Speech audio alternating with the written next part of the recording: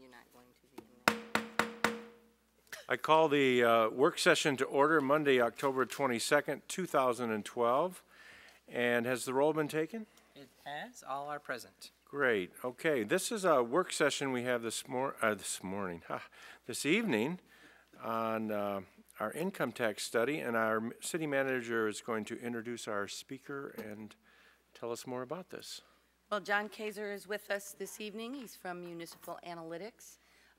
After the city sent out requests for proposals, Municipal Analytics successfully bid to receive the job to comb the data that would give the City Commission more information on the appropriateness and the applicability of an income tax study.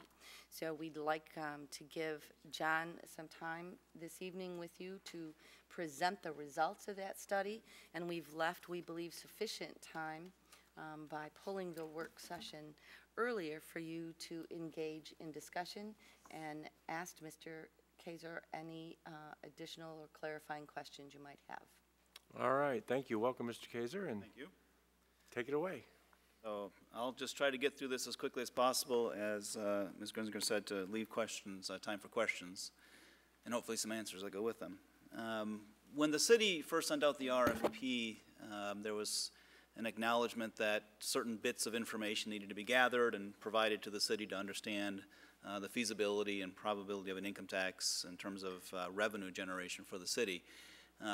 This study undertook a lot of research to find the data and compile some numbers that we believe are a fair estimate of what the city could generate if an income tax was implemented in the city. So the study objectives, as we have there, really just determine the revenue potential. There's costs to administer the tax, what might those be, and then how does the burden of the tax fall on different taxpayers, and we'll talk about each of those. I'm also going to summarize the City Income Tax Act briefly, just so you understand what's involved with that and what your limits are.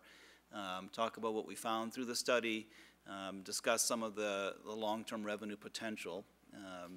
The city has done 3 other studies of an income tax over the past 20 years, so we'll compare the results from this study to those and look at some of the estimates for the early years. There's an implementation phase that takes a little while to actually get up to full collections, and then just talk about what the impacts are.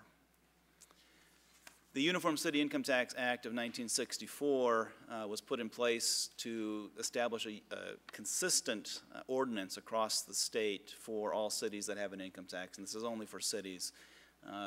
Ohio has a lot of different options in different cities. It gets very confusing. Michigan wanted to avoid that, so they put this in place. You're limited to 1% tax on income for residents and 0.5% on non-residents. The corporations and partnerships pay the resident rate of 1%. The non-resident rate has to be 50% of the resident. So if the city were to adopt a 0.5% tax, then the non-resident would be a 0.25% tax. The Act also stipulates that they have to have a $600 exemption as a minimum. A number of communities do opt to go above that now and then. Tax has to be approved by first the commission, and then it has to go to a vote of the people and be approved by the voters.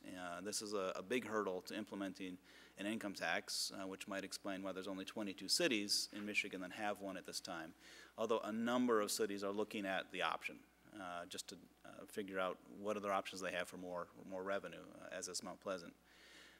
The Act stipulates that employers located in the city have to withhold, and there's a lot of pages of clarification of what's taxable and what's not taxable. Here's some examples of what's taxable. Your typical taxable items generally following the federal guidelines for income tax as opposed to the state.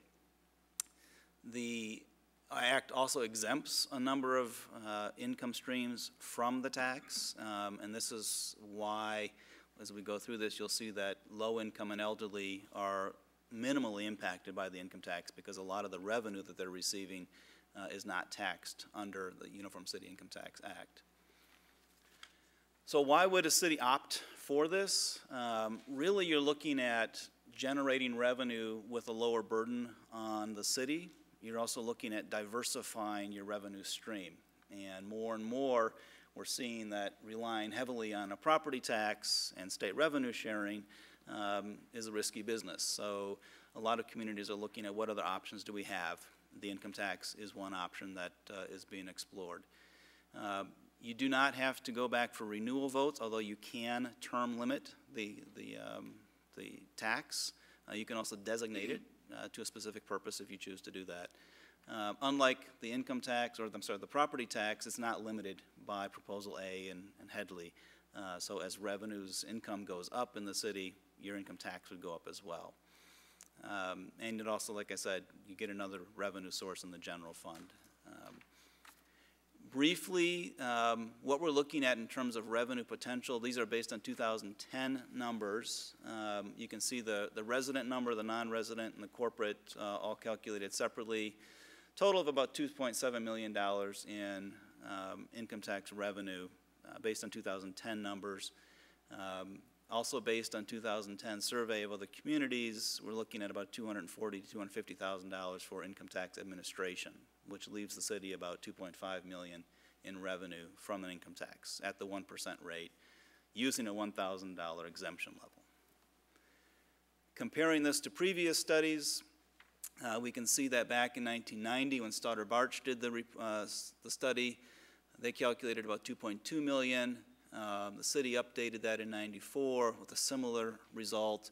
MML was brought in to do the 2000 study, $2.6 million, and here we are in 2012 at $2.7 million. So there's not a lot of growth in Mount Pleasant. Part of the explanation between 2000 and 2012, using 2010 numbers, is the economy. There's a lot of lost income as a result of the downturn in 7, 8, and 9. So there is a reflection there. The household income number you can see is also has gone up, but when I compare this to other cities that I've done an income tax study for, it's lower. It's not a high household income community. You do have some high household incomes, but generally speaking, on average, the median is lower compared to a number of other cities. The other thing to look at here is the millage reduction, and I'll talk about that a little bit more. How many mills could you offset with an income tax? The administrative costs, as you can see, have also gone up faster than the cost for the revenue collections. The tax burden overall, and this is shifting part of the burden to the non-residents and looking at it as a total revenue stream in the general fund from taxation. Currently, residents pay, and this is based on residential property class, under the property tax, 54% of the property taxes, and the businesses, corporate and industrial, commercial properties, 46%. Under an income tax, you'd be shifting that. The residents would pay generally about the same, a little bit less. Non-residents would pick up about 19%, and then the corporations would see the biggest benefit, 29%. So that's a reduction of 17% for that class. When you look at an income tax, unlike a property tax, when it's implemented, say if it was implemented in January 2014, you're going to get lower collections the first year. So we wanted to talk about the phasing a little bit. The first year also has some higher administrative costs because you have to buy the software, train, perhaps hire another person, and get all the forms and whatnot in place. So there's going to be higher costs there.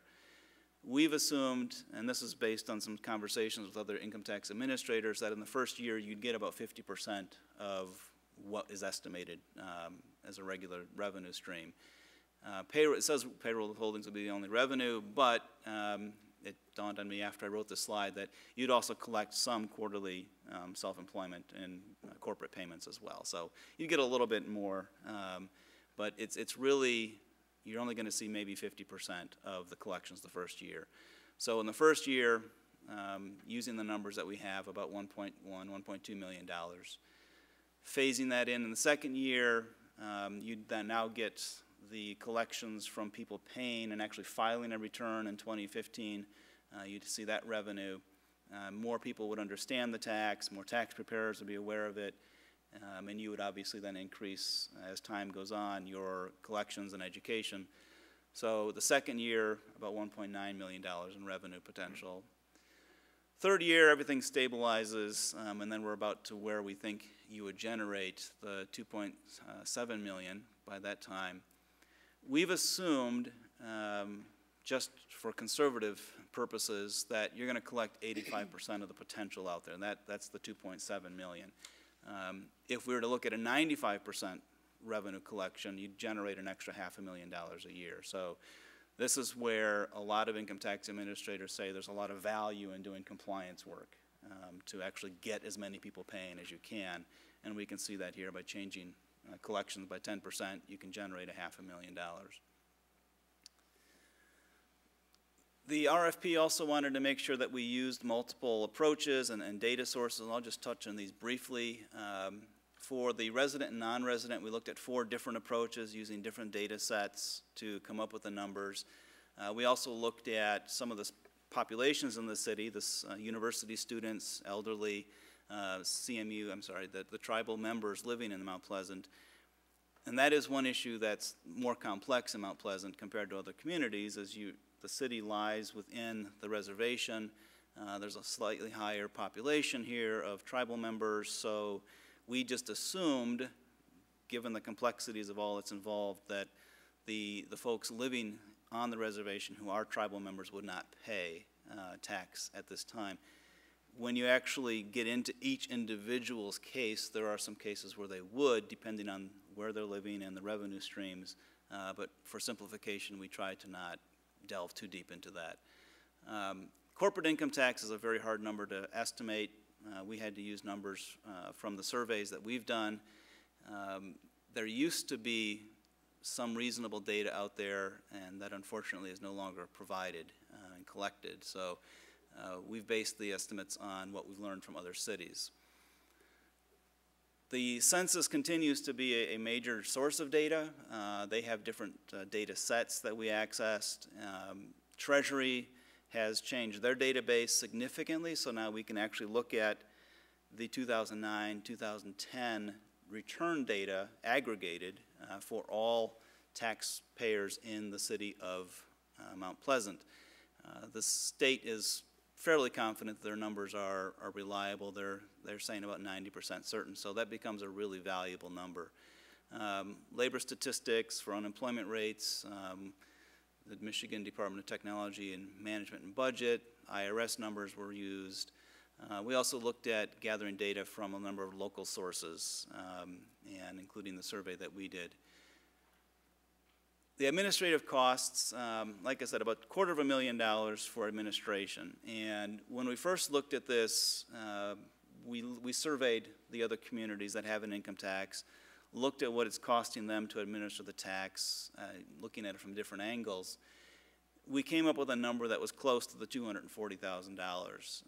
I didn't like the number, so I started calling around, and we looked at the agreement that Grand Rapids has with Chase, and some other communities have joined in on that. We looked at contracting the tax administration with a private firm. We looked at providing, using the same returns and whatnot that everybody else is using in the state to lower costs and standardize. After all that, we still came back with about the same number. So this number seems reliable at this point, and unfortunately it's higher than what I would have expected. You won't really know until you get into administering the tax, but it's going to be close to the $200,000, $250,000 to administer it. The other thing, we were very pleased that other communities, the 22 cities that have an income tax, are quite eager to share what they've learned and talk to any other community that's interested in an income tax. Any other city that adopts an income tax, these 22 other cities will be there to help them actually get through the hurdles to deal with all the questions that come up, the technical issues, the legal issues, try to reduce the cost and minimize the effort on a new city to move into this new tax realm. The impact on property taxes was another question that the city wanted to understand. We're looking at if you were to have revenue neutral streams, in other words, replace the property tax with an income tax so that you're generating the same revenue you're generating now, you could reduce the millage by about 5.8 mils. And that's off the 12.195 mils that goes to the general fund, specifically for general operations. If you were to look at generating an additional $1 million in the general fund, as an example, you could reduce the millage by 3.2 or get it down to 9 mils for general operating. And that's kind of the number that we settled on in our research that seems to make the most sense over the long term. The burden of the income tax is 50% would be paid by residents and 37% by non-residents. Corporations would pick up the remaining 13%.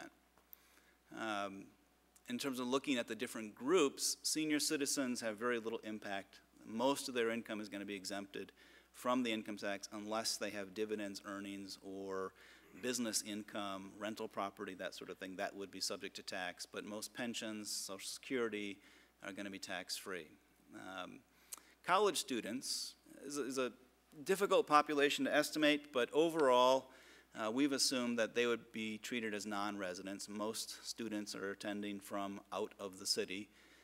You can write into your ordinance a provision that allows a student to claim an exemption on the city income tax, even though they're claimed as a dependent on their parents for federal purposes. That would help reduce the impact on the university students as well. Any student that is living permanently domiciled in the city, and we can talk about what that really means, they would be treated as a resident. So for the most part, we've assumed that they're non-residents. The low income, people that are on unemployment, public assistance, they would receive, they would only pay the income tax on the income that is taxable. So if they had a part-time job, or if they worked part of the year and then were unemployed and collecting unemployment, they'd only pay tax on the portion that was earned while they were working. We have put together an individual income tax calculator that is on the city's, that could be on the city's website. A number of cities have put this up there. People can go and look at, and this is actually it here, you can go in and type in, click on whether you're a resident or a non-resident, which federal form you use, and then enter your exemptions, enter your income, and you see what the income tax would be. And then on the right side, it's a comparison of paying 12.195 mils for general operations versus 9 mils. So people can actually look at the impact on their specific case. Generally speaking, you'll see that people that have high income and low taxable value under an income tax would pay more. Conversely, anybody that has low income and high property value would pay less. The red shaded numbers indicate a reduction in total tax burden for general operations. So a senior citizen might be on the low income side, but the higher taxable value if they're still living in the home that they've lived in for 40 years. So they would see a reduction in their property tax and very little, if any, income tax. So they could see an overall reduction in their tax burden. Whereas somebody who's renting a nice condo or even a small apartment, there's going to be very little impact on their rental rate. But if they have a high income, they're going to pay a higher tax on that income. Looking forward, it's hard to crystal ball something like this going out 10 years.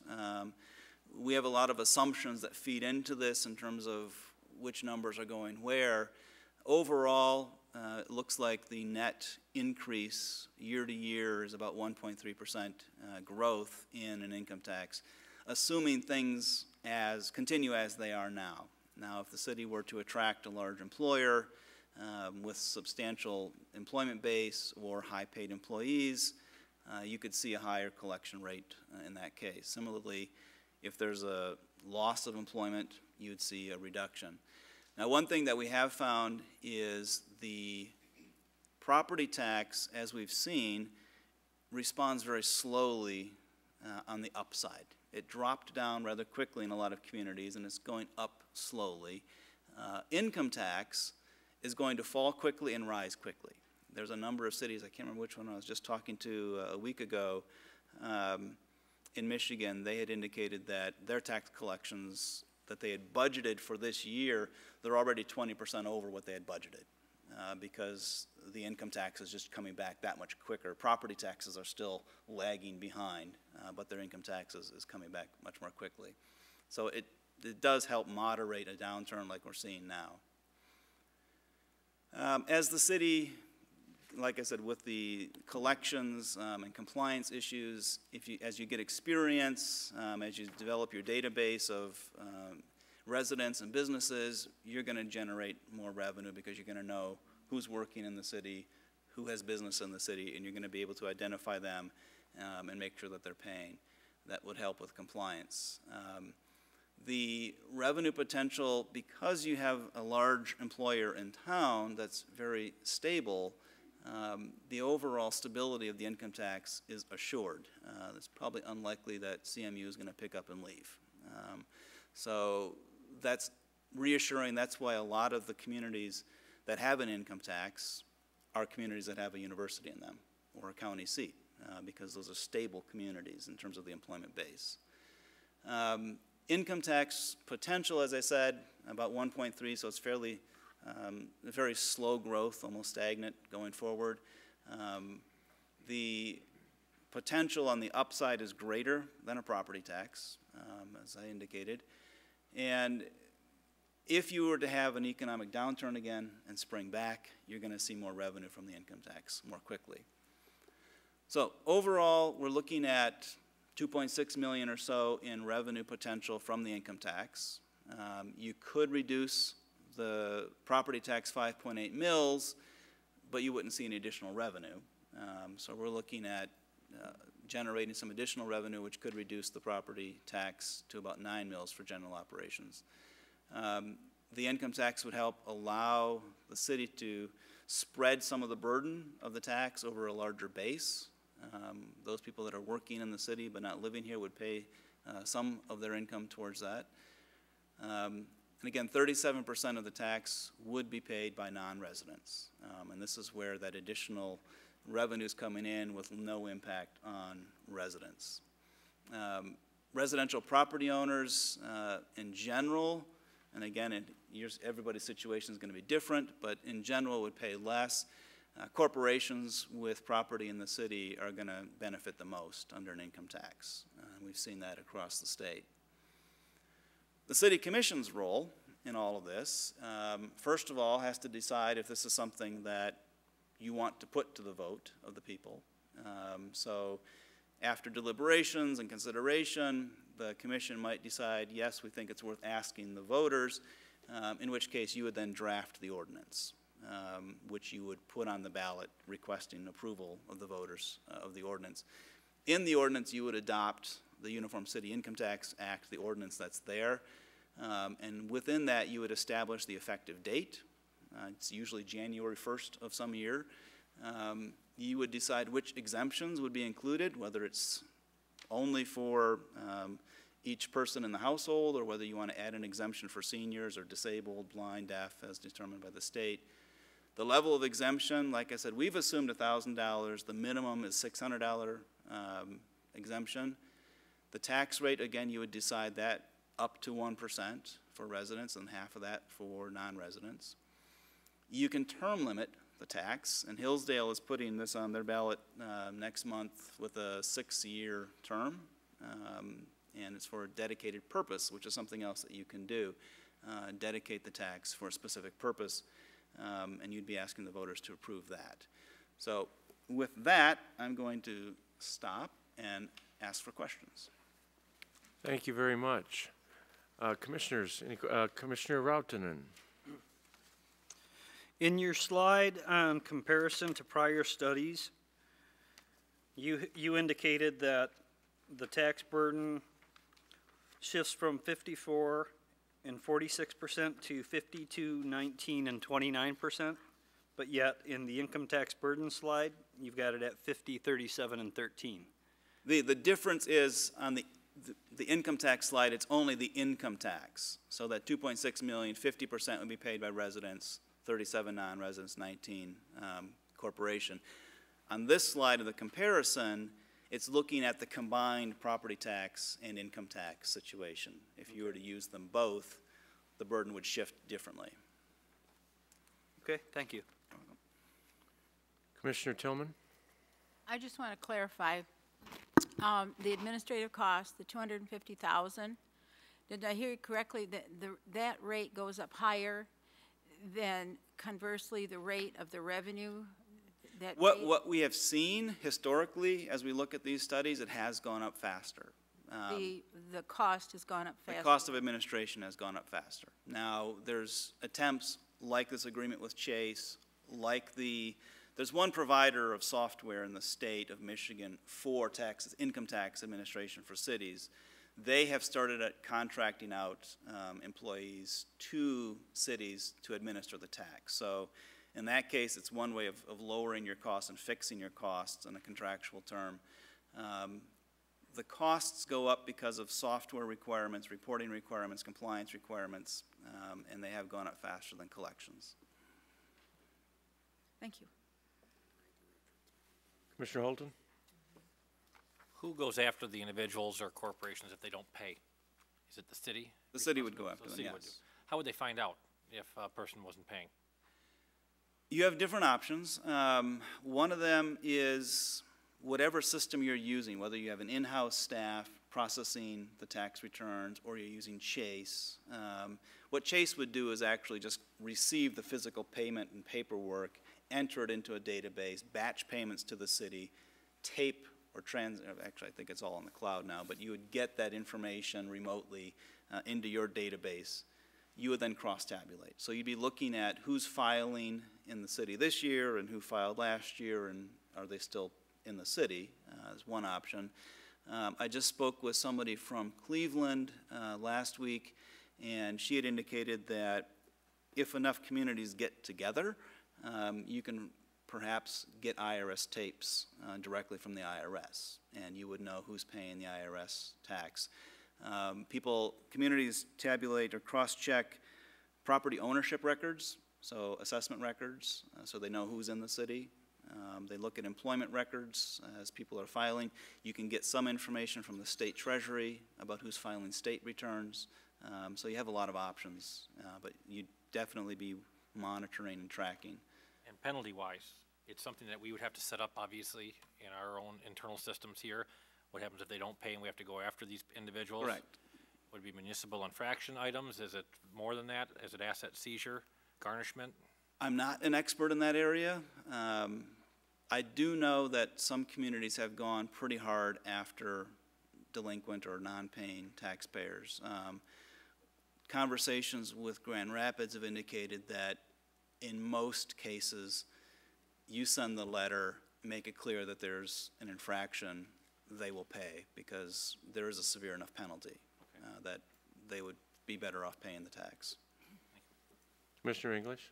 A question and an observation. In your impact on taxpayers slide,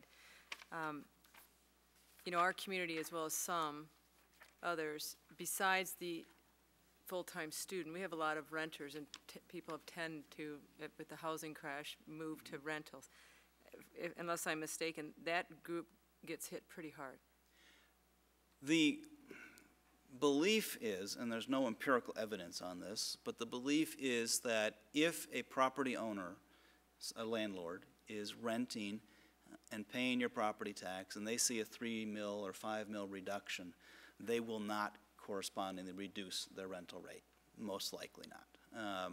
If there's enough pressure in the housing market, you might see some reduction. So renters often are going to pay more as a general case, but again, it's going to depend on their source of income, where they're working and whatnot. The second question, you had mentioned the tribal members and how that is a very complex issue. Who deals with that? If we were to say, let's go forward with this, that obviously would have to be worked out. Is that something that you do, or is that something the city has to do? It sounds like there's a lot of variables that would have to be addressed and concretely determined before we move forward with this. You would first of all, establish the tax, and then try to work with the tribe to know who the tribal members are in the city, and then you could check that with your property records and know. Again, generally speaking, and I'm drawing a blank on which federal act it is that determines Indian country, the reservation in Isabella County is all Indian country. Tribal members living on Indian country do not pay federal tax. City income tax follows that. Now, there are some exceptions, which by that point you're very, very down deep into the mud. There's actually, that's included in the state tax agreement with the tribe that was part of the settlement. And remember, only the portion of the community north of High Street is in the reservation, so those tribal members living south of High Street would still be subject to the tax. Or working south of High Street. Right. Vice Mayor Ling? On page 7, where you've got the impact that it would have based on the value of your house and your income level, it says the taxable value of the property. And we were having a discussion before the meeting about the use of the term taxable value. Is this assuming true cash value or the assessed value? It's taxable value. So if you look at your assessment notice, you're going to have the true cash, actually it's going to say assessed value or equalized value, and then it's going to say taxable. So it's the taxable value, which is what the property tax is based on. Right.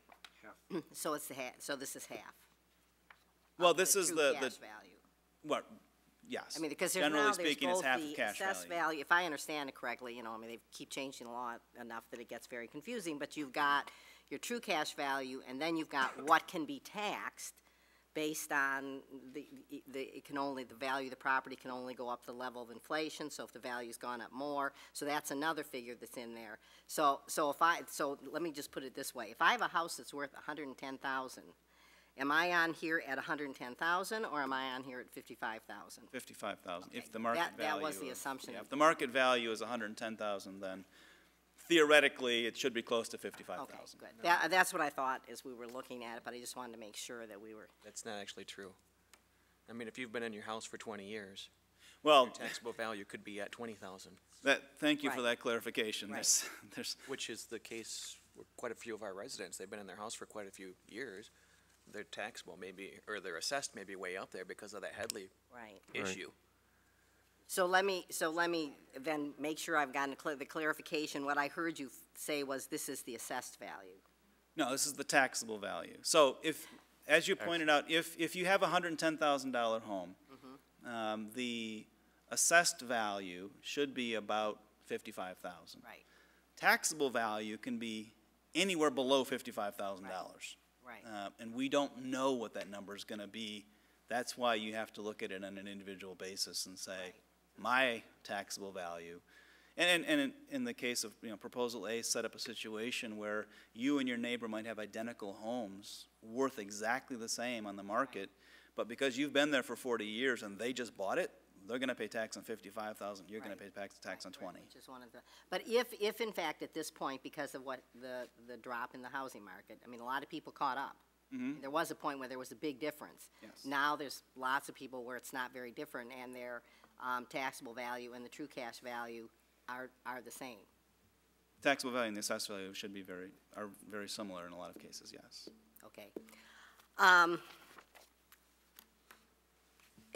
In doing the study, you did the exemption at $1,000, and if I read it correctly, it could go up to $3,000. It could go up to Right. $5,000. Right. So I just wondered why you picked 1,000, and because I know last time it was 600, and this time it was 1,000, and if you could just give a ballpark idea of what if we made it 3,000 instead of 1,000. That would be a hard ballpark number to come up with, but I could look at it.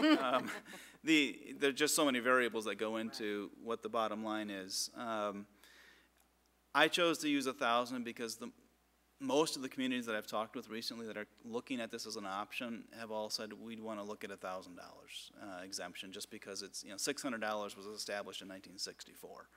Okay. Grayling has fluctuated their exemption because theirs is dedicated to capital improvements. when they need more money, they reduce the exemption. When they've got enough, they increase it, so they collect less tax. So that's how they help moderate their collections. So they can do that without another vote. Correct. That's up to the commission then to make that decision. Other questions? Commissioner Holton? Talk to me a little bit about the corporation side. C Corp, S Corp, LLC, limited trusts, those type of things. How is that, is it, talk to me a little bit about that, I guess. Okay. It's complicated. Yeah. Corporations in general, LLCs typically are not corporations for this purpose. There's an owner, and you're going to pay it on your Schedule C. It's going to be a pass-through. Partnerships the same way. A partnership, you can elect to file as a partner or have the partnership file and pay as a corporation.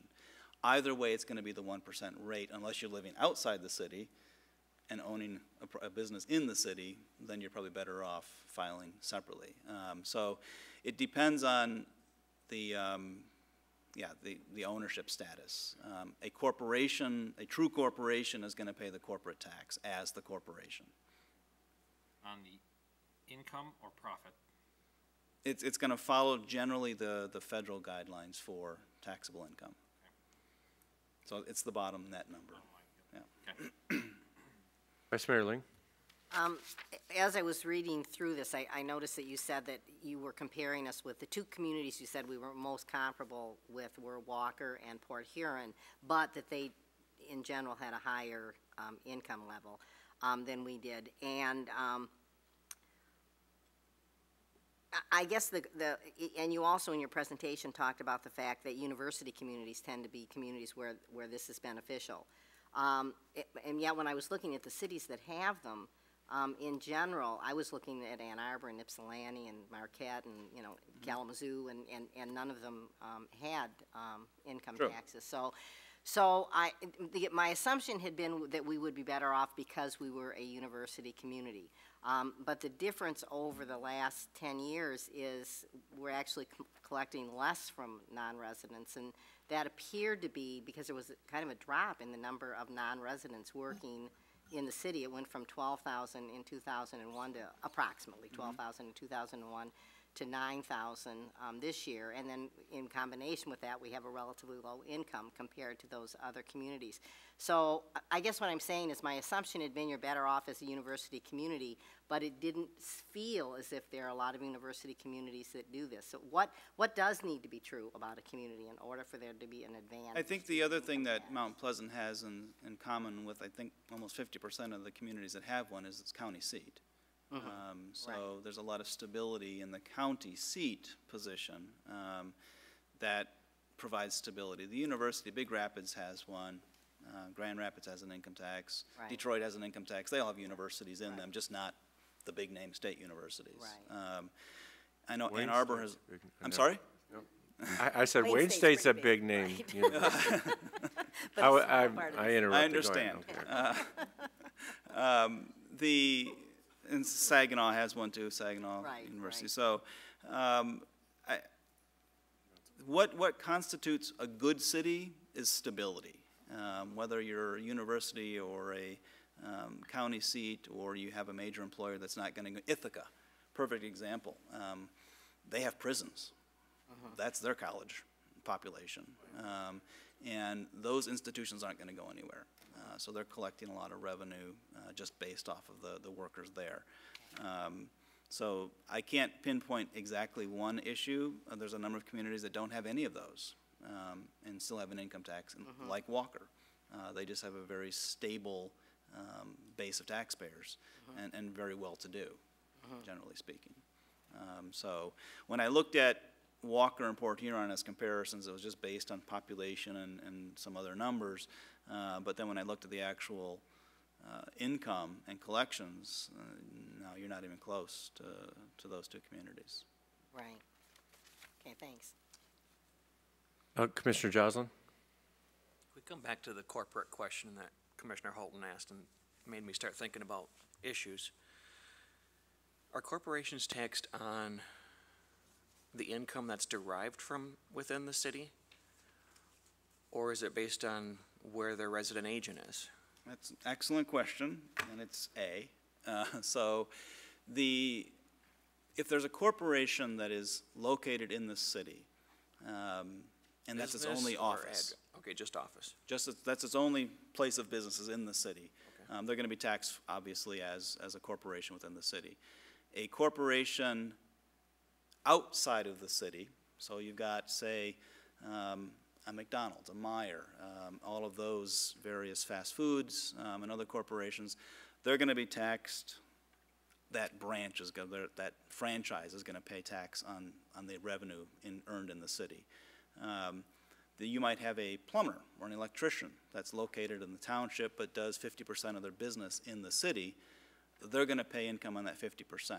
Now, in Appendix B in the report, it's a lengthy article, but it's actually extremely well written, and it was written back in 1964. It was actually a presentation given that describes a lot of those issues with an employer working here and being located, headquartered in another community, and how does all that work.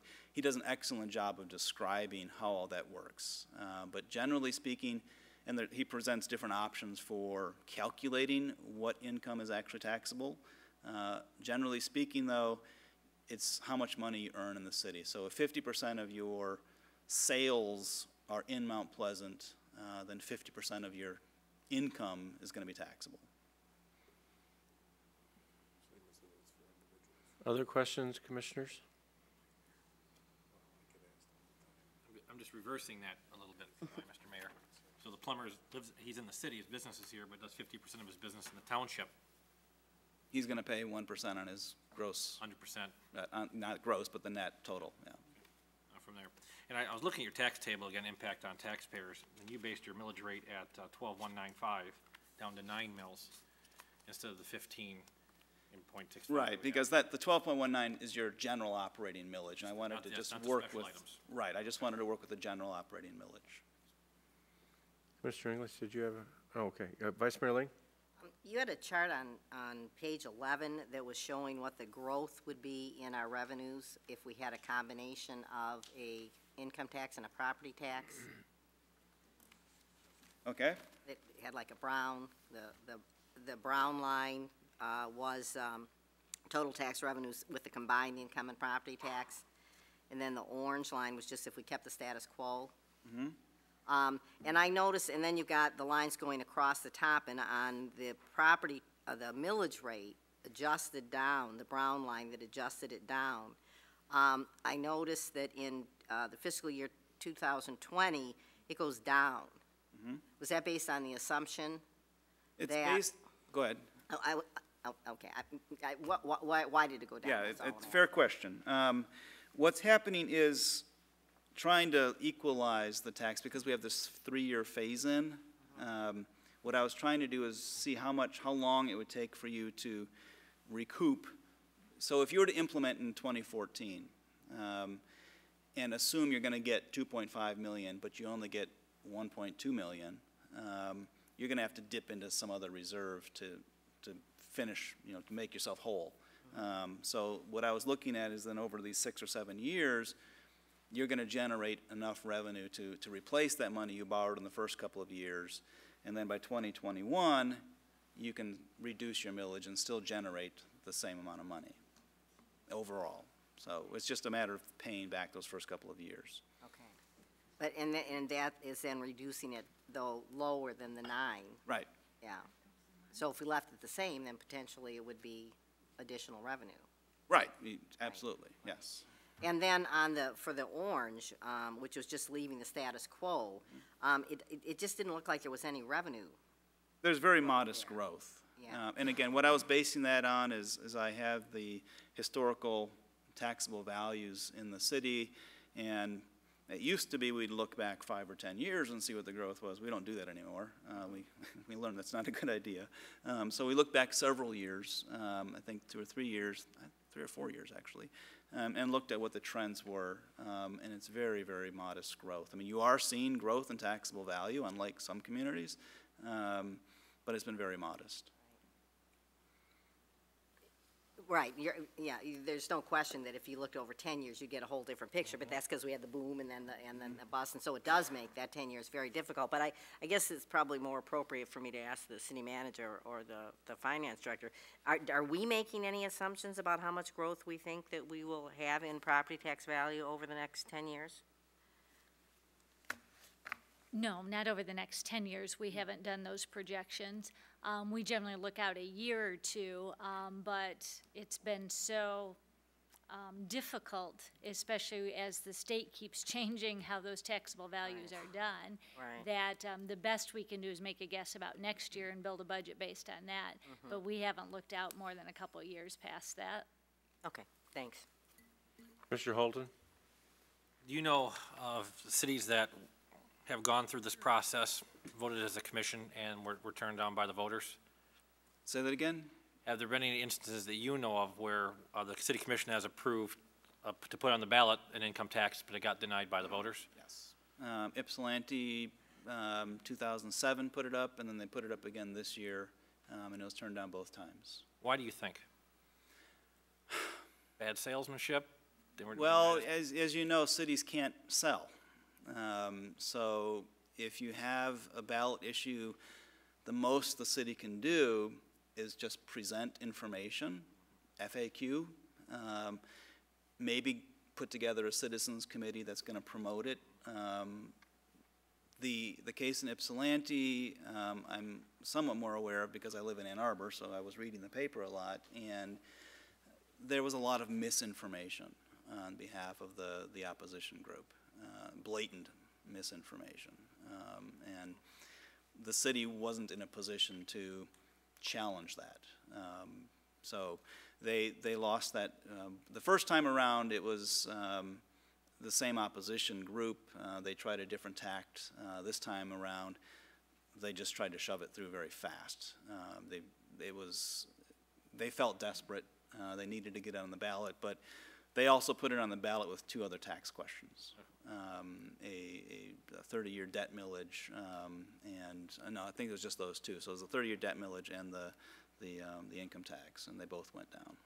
Because the alternative for us is, either you cut or you start raising the millage, and we have the option to do that. Thank goodness in our city. Absolutely, you do, and that's always the alternative. And in Hillsdale, they're facing the same issue. They're asking the voters to, tell us if you'd rather have an income tax, or maybe next year we'll come back and ask for a property tax increase. They're giving them the option, but again, theirs is dedicated specifically to improvements in streets.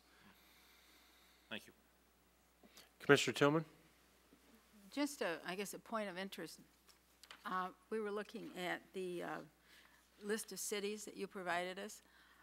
Aren't there a couple of those that now have emergency managers appointed there? Pontiac has an emergency manager, yes. Highland Park. Hamtramck? Hamtramck's still, I think they're out, aren't yet? they? Okay. I thought they were out. Not yet, huh? We were just talking as far as right. how well it worked for them.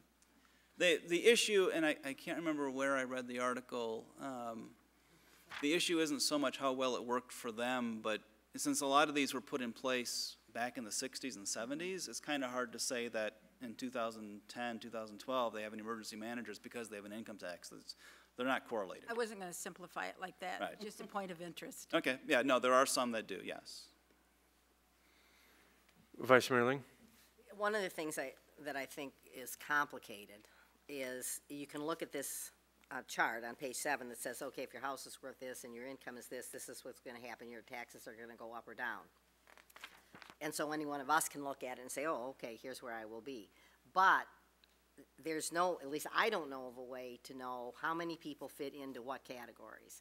Because if you just look at the numbers, I mean, if you've got 11 times 12, you've got 132 little squares, and only about 30 or so of them, maybe 35, go down, and the rest of them go up. Now, if that would, obviously, it's not equally distributed. If it was equally distributed and everybody went online and did their little tax calculator and discovered that it was going to go up, it would probably be hard to pass. If it was the opposite, if most people were going to benefit, is there any way, and I'm not just asking you, I mean, is there any way for us, do we have any figures that would give us any idea of where the majority, do we have figures on what do we know about the number of people at a given income and the value of property? Yeah, I assumed we didn't. Certainly don't have those at our fingertips. They're Right. probably things you can get by analyzing the census data or analyzing labor statistics or No. treasury. On an individual basis, no. There's, unless, and I've tried twisting the arm of state treasury a number of times. They will not provide information on individual tax returns that you can identify a name with a number, obviously for privacy reasons. So we can't say that here's an individual, we know their taxable income, here's an individual, we can look at the assessing record and we know their property value. We can obviously get the assessing record easily, but the income, it's just not there. Right. Which is why we put the individual calculator together, so people could Right. test their own impact. Thanks. Any other question? Commissioner Tillman?